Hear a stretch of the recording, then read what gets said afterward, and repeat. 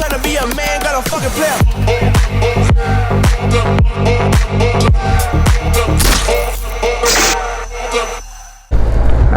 Chỉ bây giờ tôi rất muốn chơi là cái lâu lâu mà chơi hay với chú Asil đón khóc mấy ạ. Ta hiện hey sabu là cái câu đó chú bị bay ride cái tia speed riding em này là win mà sẽ khá chú cần xoay thế lâu ta. Hiện số mà hiện Barkman nó khởi đó na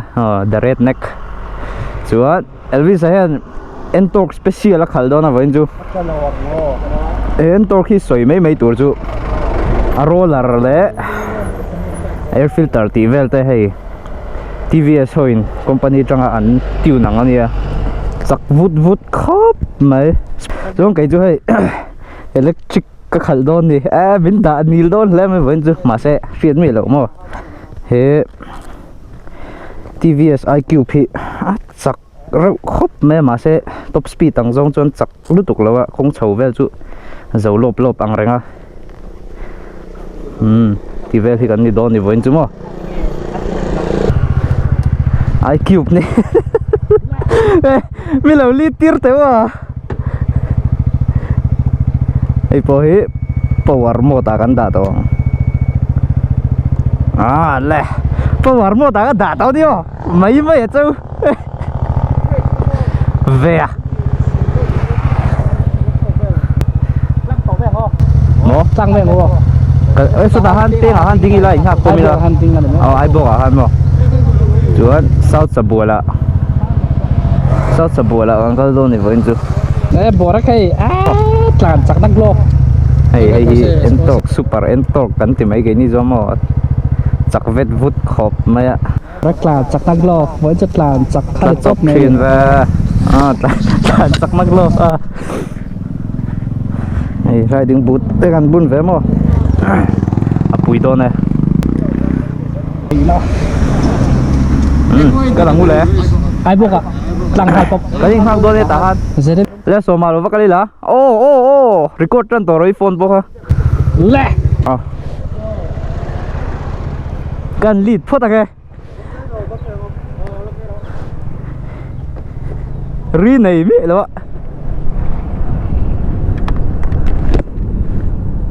side la sit lem John sorry về đâu nè nợ lâu lắm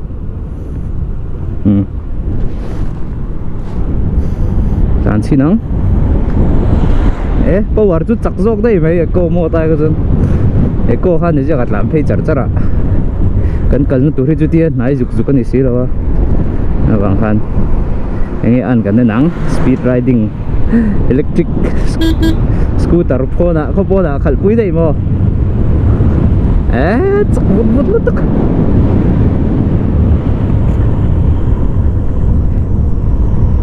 cái khu này rất là sân với cái lô là nó sặc tiết với tem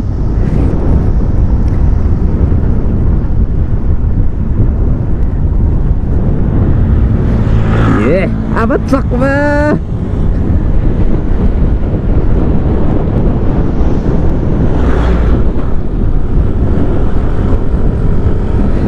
phải là có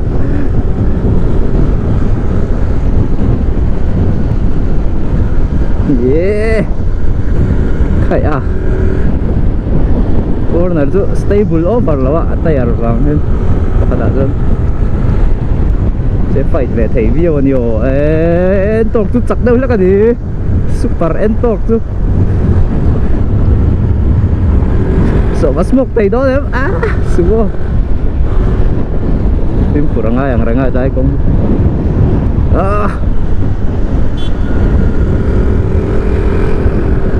silent lu tuh ka tapi sekarang balau cat ya kayak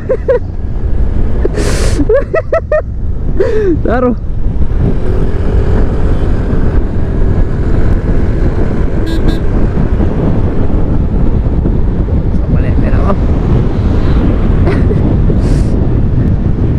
bây giờ sẽ chỉ năng downhill đỡ lại cái này chứ Asia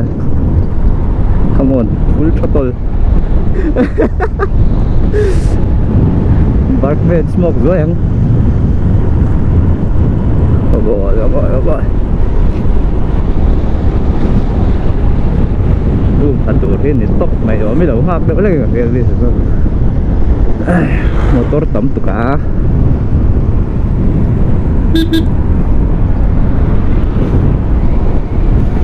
rẻ lúc tụ có mô overtake đón cái engine đi sẽ tỏ trên gì đó mà bảo hắn overtake nghe ngay chẳng cái lốc màn ó 80 lại thì rút lốc về đây rồi chặt rộng không mày come on Elisa chứ mahal siya to di chill box eh kung come on chầu gió cái dit lắm engine sound nằm đón đầu nè có voice su anh ấy đâu long đón nếu mà đón nằm chứ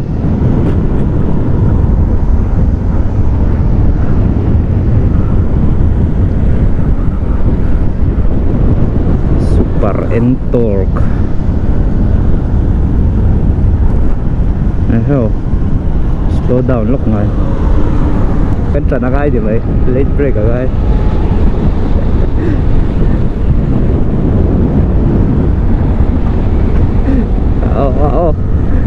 cảnh nỉa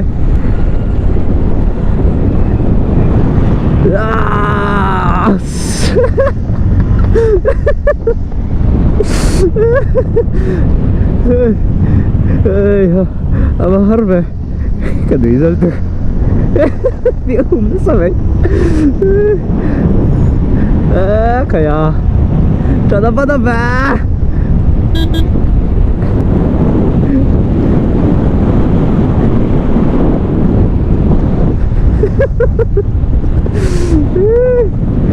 apa nuop acak lutuk keluar mau tak coba saya bis naik lutuk kan bisa ya forever chia kan keng don lết slow down lo kang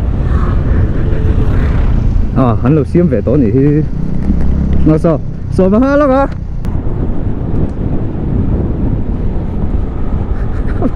apa tak cak vel phim kurang ai thấu xe công hi mo thì có chung tên này về ăn phải công xe phim có đôi nó sút sốc mấy mà side standing cái đấy tụi ta sút hết chứ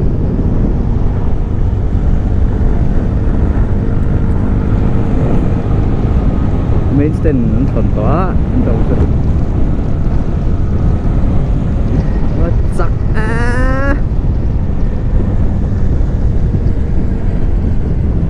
rồi tính tất lươn lộn tại tôi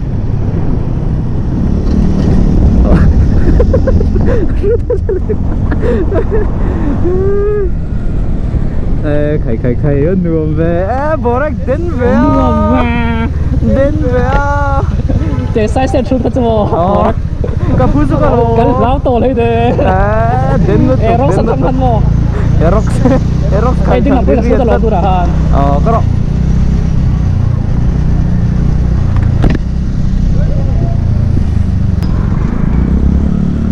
với chú hay cái rồn vlog nói cái rồn vlog nói yang review với thế ăn nữa mày chỉ có chú fun enjoyment ang ngor ride kan niya mo bakit lang mga vlog mo daw ba thấy này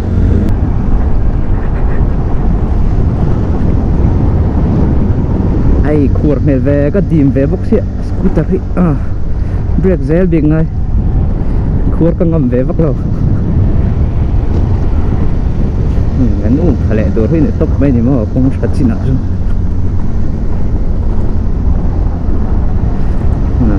kare min tu ya and fight thầy vẽ gì fighting range coi con một chút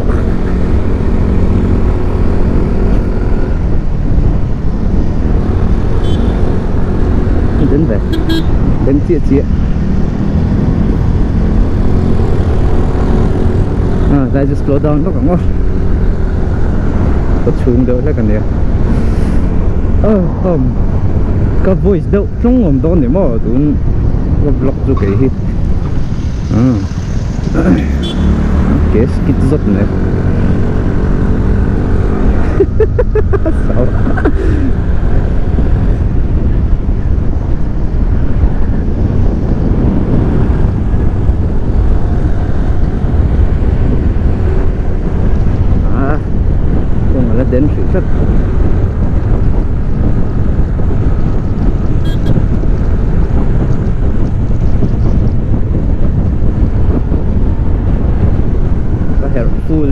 vừa han này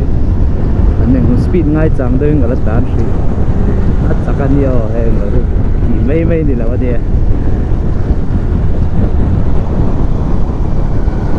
các bạn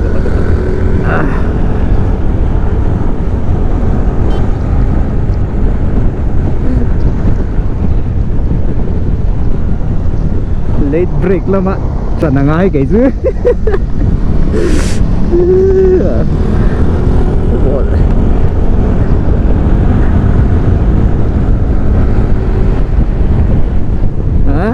poituk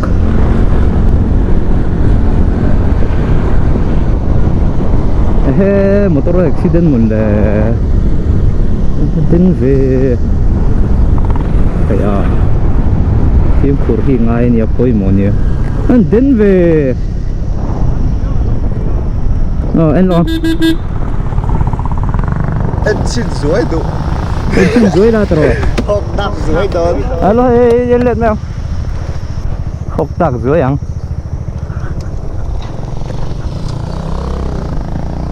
khai tlak na tur hu oi thabok si tu enge motor nge enge khaba mu thei lo ve pil ril don to khu ta dei ni hu tlak don cắn lại anh ơi bo cắn lại anh ơi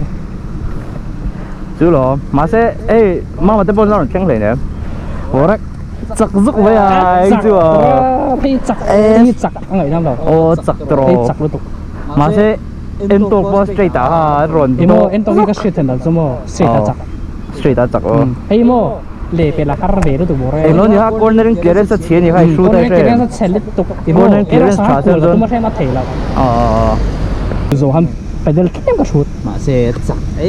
chặt ra break có số em thả đi thả mà sẽ erok sang ini dang lam na cho em erok su muang tay na man ta hay dùng man thu thu ta mẹ đâu là ngay rồi lố mẹ em rắc mô soi chắc mà bora là năm em này ăn miếng cắn trái ăn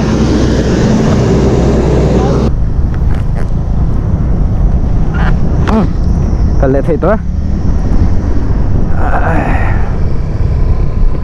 lệ số tan tìm tổ téo nắng đi ra xin làm bằng gì ra xin miếng continue vắng acceleration mo come on IQ mà đến ta chắc thấy lắm vậy carefully chả năng ai rất mo alle po na ra thế nan lâu này ang cái nên tay chơi lâu bà lắm chỉ là tâm anh ha lỏng về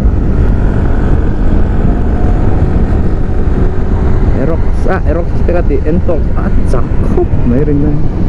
khởi tụ pa son ple mình là chul ne lo zok ma tu kin jinga lak thar chi ha ne ke bon the yang ring chi lu don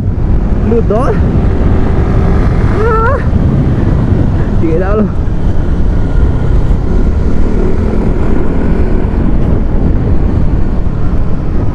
phải là mahar em ya chua ma xíu không lâu vậy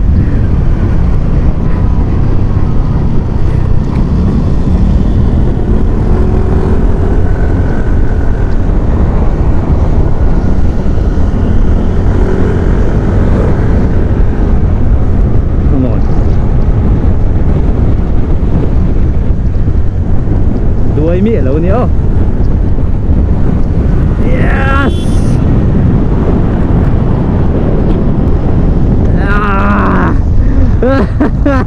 cái overtake cái giờ rô mình là cái gì hả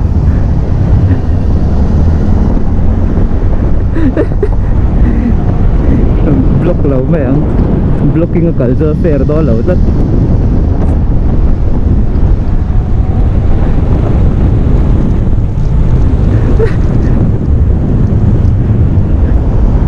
to GPM an tla ta chu leg down zong zong nen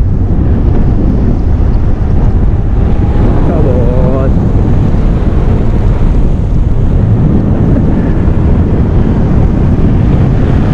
ale borak den zuk oh su le to chau zo ko taro Suzuki ito daan nila ngay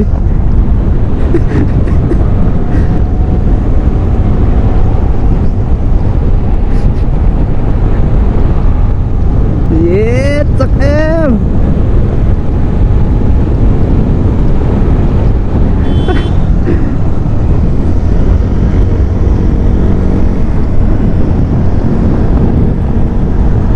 cái này lớn lắm của mình tapi lot na ito ba so với là kal to kung mo chỉ là cái advantage sống thì to bắt đầu hiểu mà không sẽ mà sẽ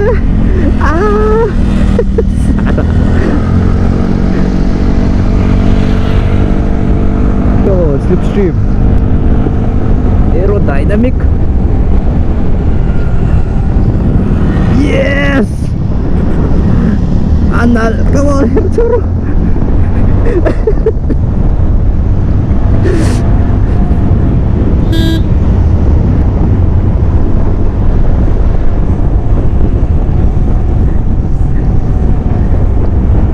slow down Nox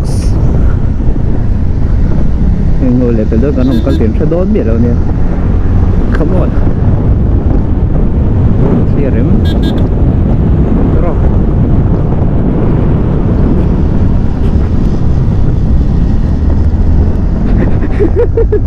xây ra xuống cái dưới lấy siêu là rồi nãy thì quốc vừa có vậy đó cornerize một tí position đến để ăn thịt tổ về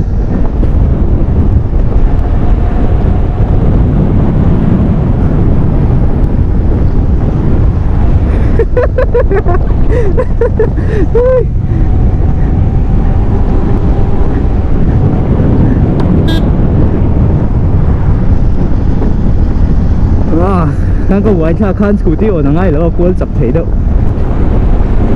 come on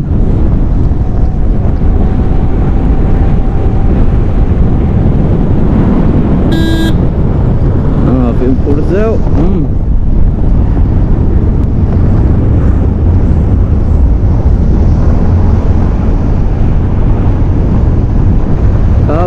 come on kada lit oh kada dam apahan mo keren na yun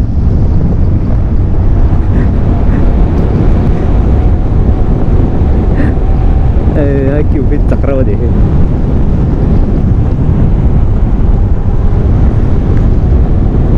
tụi nó cảnh trả nó ắt xấu đâu lấy cái gì à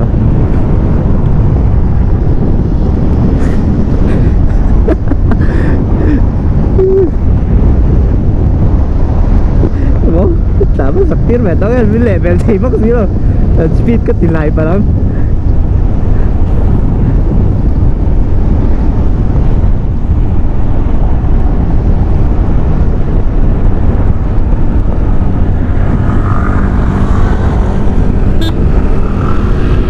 come on better lang hindi mo maloob ay late braking oh herzog ma last to brake first to throttle mo haka di top to rumzu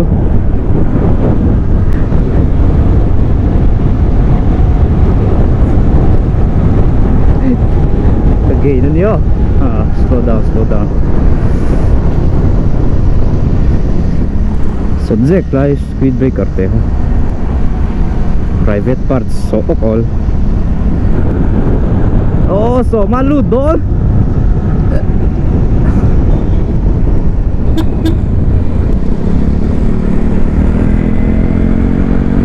oh rekaran lu dol mình lật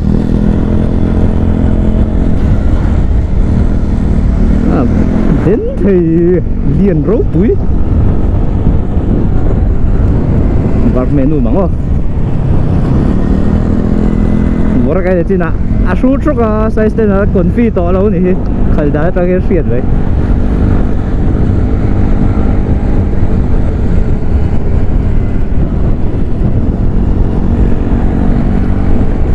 come on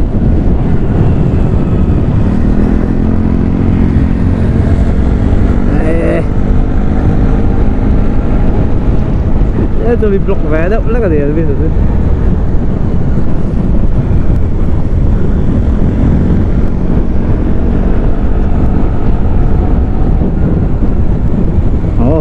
nãy cho đây downhill đó chứ cái mà chắc ba nó không có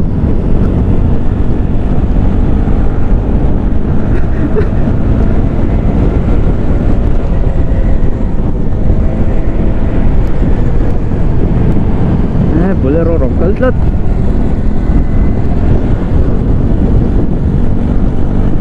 yes drive ai run cắt lát vậy lóc rây không phải biết slow down then lát ungat safe ang ike bisa level lang come on pakar mayang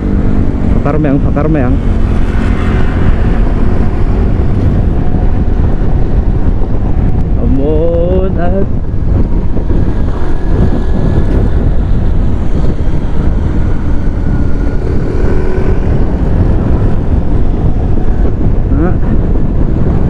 center doon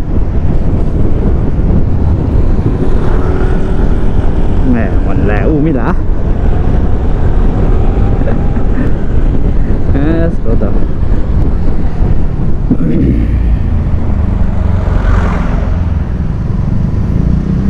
tinggal join level oil rule mo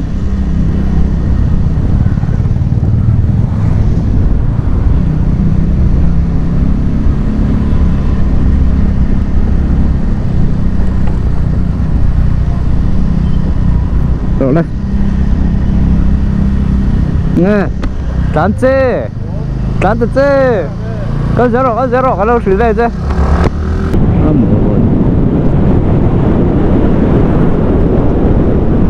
brake lại brake hít tròn rèn phúc mà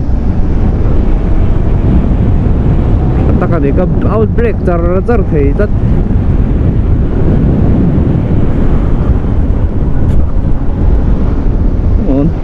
come on lên đi tin vô cán rồi thêm đón chiếc cái cởi tùm nữa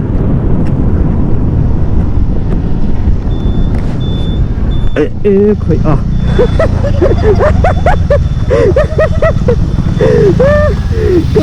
không xí rồi ra thở cái đó rồi cái ra thở cái đó rồi không xí rồi bắt chinh ơ cái rồi hơi nó ra chưa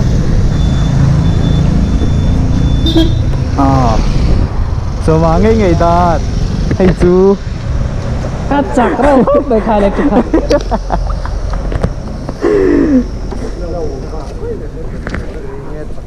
hay mo push vak lâu xia lu tu aron her tak kajo mo chakra thak cả her ngâm bếch rồi nè her lang ngâm lâu thì nó ai chưa bao cái bạn đi ta đi bóc xí đâu tí vào tao chúng con phá cho để cái gì thì chắc chưa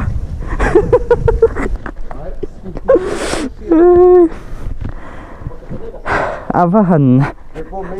sakro em tu na han engzang e kan man kan en sin 53 a cha chat ve tu jong eco mode li ring an plan tong bột panel ka shoot lo shoot ho tu na ha main stand ka sia he ta han tro aran de pop ne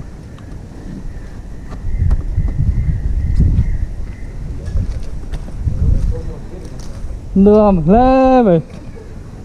speed riding zoi ni ha ride sin te bore mi ron smoke nal kam vai vai kha ka outside rider lu ha iron lu thut zela eng mari shit ta si den thia ila record e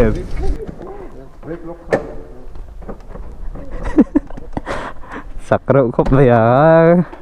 cắn bấy xây ấp khum chiếng khóc mày hay chôn hay po hi en tột ba ngày ai cho nó sặc lé mày trả nặng á anh ấy đam lo ren ai đi nó chặt cái gì mà cũng chậu ai electric sao không chim phê cái chậu ta rồi cặp phạc cái này hey cũng ít là full luôn đi ha cũng rất đau người ngay bây giờ ít cắn chua lại khăn anh nói đây sports mode à đây imo race chặt gió street này race cái đá này race han ít đã đâu mày race chặt gió race cái đá chỉ han đi thôi rồi hey hi ni chặt chu mà tiếng cái video lạc lỗ lại rồi chút tắc mấy thì mấy thấy hey til bôi màu đâu announce to lo mắm đâu kan ne chu KCTVS lam pang hian kan video te min lo en sakin min lo hlut sak ve thina chu hemi resmizo viewer te tan hian discount code an siama chu tun kum April sang ni som ni pali April chunga TVS KCTVS bong ko na tanga lir thei engpo la shim te tan sang ni zanga discount thei dona chu kan code hi resmizo 2500 resmizo 2500 tidai chu kha invalid dona emo in lo va soyanga chuan cheng sang ni zanga off doni chu sang ni zanga te chu hei lir thei han lak chi jon tam tham hin lang to lo ta chan chu nuôi chung hi kan sen thin vai ama ro chu sang ni zanga safe khan riding gear te hei glove le helmet ti ne ve hain le theita kha a that le ngan ria chu in lir thei engpo April chunga in la dol nei chuan in lo va mang ve thau do ne kham kot kha chuan kan video a han kan tlan tuilu tuka engma review mang kha kan ron nei lo kha kan soi zoi nga poimo azol chu entork kha soi phot taila entork kha a torque spring le khami roller thala kanon tilanga khami han thak ta khami kha RPM asang sot theita roller azang de ulek ta le roller poi a bia lang che pon ni lo ta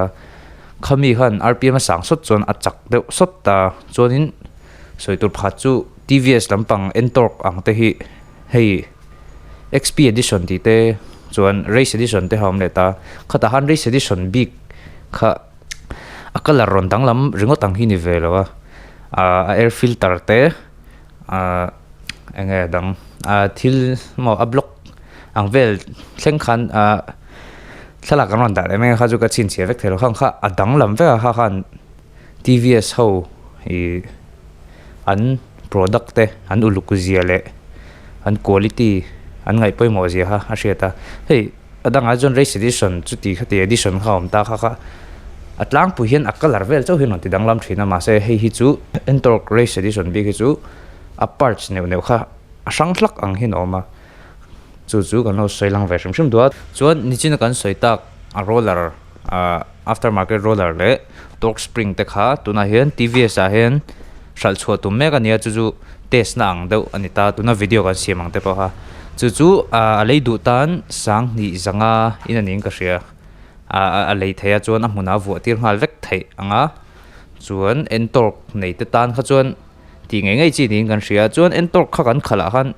ke mani hriat dan chuan street mode le race mode khawm ta street mode ta han RPM hiam lampa chon power nei deuh hlek zoin kan ria chuan race mode ta kha chuan RPM kha sang thei jok ta RPM sang kha chu hei tlema han tlan chak ve deuh hlek du khatiang kong free deuh mo kho chung ni lo kho pon lampanga han tlan deuh hlek nang khana tangkai mela chuan TVS iQube lama hankal taila iQube kha electric scooter ani wang khana tir kha jong kan han sit don deuh lek leka ama ro chu alo chak khop me kan nin nai khan tlan thei je ka chuan hei electric scooter ania kho chung man tur ania khami hanga te khopo na in tlan pui fo point mai the ta ama ro chu khatianga khopo na tlan thei kha chu kho chunga jon nang hei tu om lo view in kan she kai ni jon kho chunga po kan khal thota kan kal don lam pa hang kan record lo na chu hei kho chung 90% ai jon engma boina om karing lo khimi dur tlang chho ting te chal tlang chho ting te po hen pahnia in phur lop lop de kan ne a khata engma a boina om lem lo a chuan a battery he zong ang kha kan kal na kha south sapur kha aizol tang khan kilometer somruk le engzai kha bor somruk vel mo somruk an tam sen ruk khat ti mang ruk khat vel kha ta kha kha ekomo ta han tlan deuh wang kha chuan I heta tanga sabual ang thlen kha chuan 30% vel amani kha alo min ka ria chuan ma se ke mani tlan ang chuan power mo ta han kan da deuh che na chan chu kan in tlan chak ve du box ya kha power mo ta da kha chuan power mo ta da tia han tlan chak pui bok kha chuan kan va thlen khan 20 nge 20 kai lo vel set kha ala om mang kha ni ta chu aizol chunga chuan mangdon taila hei zana kan ho kan charge le mai nga chuan tukjinga lo full vek tong kha ni mai don ta chuan in TVS iQ pian regen feature anei boka regen feature chu kong chuk emo hei throtol kan pek lawa ake a vir hrim hian ake hian electric motor hi tivirin hemi a battery hi ava charge le thea englo dynamo mo generator ang deuh angina thokte nan chu kha keini po kan tlana han kong chu han tlan deuh wang khan 3 emo 4% tivel haron pungle mana chuan TVS lampang nei tu po hen durtlang chuka khen 3% vel chu pungle mana tia chu a thakopin ka ria chuan chu baka hei kan tlan lai khan throttle kha kan pevak ta kan off chi khan ma se hemi engine brake ang deuh type khan mo khating khan a battery hi ava charge le zel thea kha khan a battery life hi apui hle in ka ria awang khan thavio donin kan ria chuan a chak khop me chuan nekina thei chuan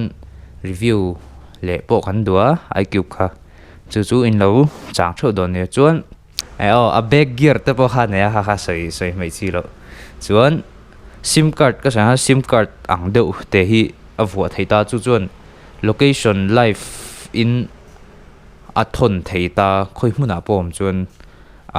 ngom je tak chu ru ka har do ne mema antina phone nen hen atira lo connect tai lai kyu kha nangma phone a tang chau khan location I mureng thei don in chu keini po khan hei TVS lampang hotupa chu chuan kan location khan ron thon deuh sek me hei nom na ka hre neo tiang tio mang tak khan khami feature ha tunlai hei lir theibo tam mema khangte kha atangkai don hleng kan ria chuan under seat storage kha aneya ha kan rinai tak khan aman thei phiana hei bag le pheikhok ti vel te mo hating vel da na khan azol deuh dupa kha thadon hleng re ma se full face helmet chu leng lo deuh hlek chuan a scooter te mena shrimshima kha alian veng ranga hei scooter pa ngai mo lem deuh ang khan ni lo ta electric ni wang ringot khan chubaka chhopo vel te po kha a thei je kha nekina test chip chiar do nei tela cha koma chuan aman haju kan ron tar lang mayang kan sa chiang chi bik lawa chuan entok nen po khan chuan apoi mo jor ha kan soile shrimshimanga TVS KCTVS atanga lir thei eng po tun April tha chunga in lak du chuan code resmizo 2500 kha lo pangula cheng sang ni zanga tlom mo discount ani mai chuan en torque kha a torque spring le a roller kha khang pahni kha nekina KCTVS lama hen vu thei nom do na chu po chu sang ni zanga man velani kan ringa kha aman takhan na soi theilo ta chuan IQ po ha lo rap thak zek an top mai lo me dik thei don mi so ba ti chuan dik thei lo mo roi khal da dik lo ta ding ria buai ta reporting le lo kang hai zo hi kan utility ni hai ar tuite mo keng vela hai rinte hey mama po hele em pathum hi kan test te chun ni mo voin chu dum tuk very nice very nice hey po nice thau turul tu ga bora ka hey mall thel du ma shru da nom viu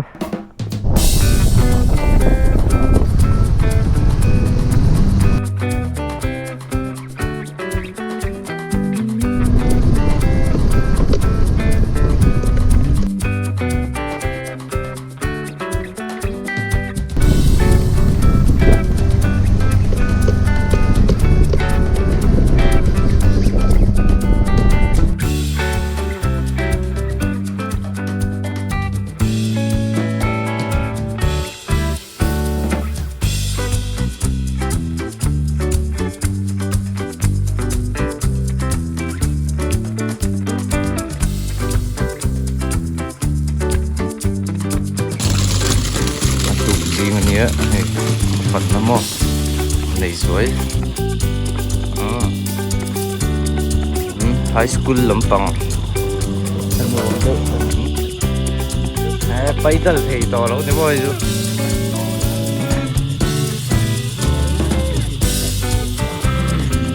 buông khóc lại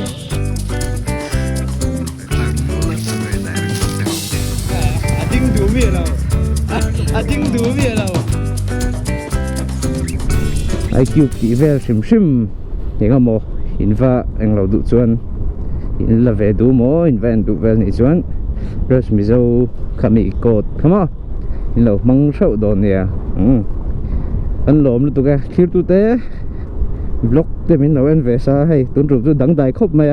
electric scooter mà đấy mày mình giờ vai bye bye vậy đây không nghe bye bye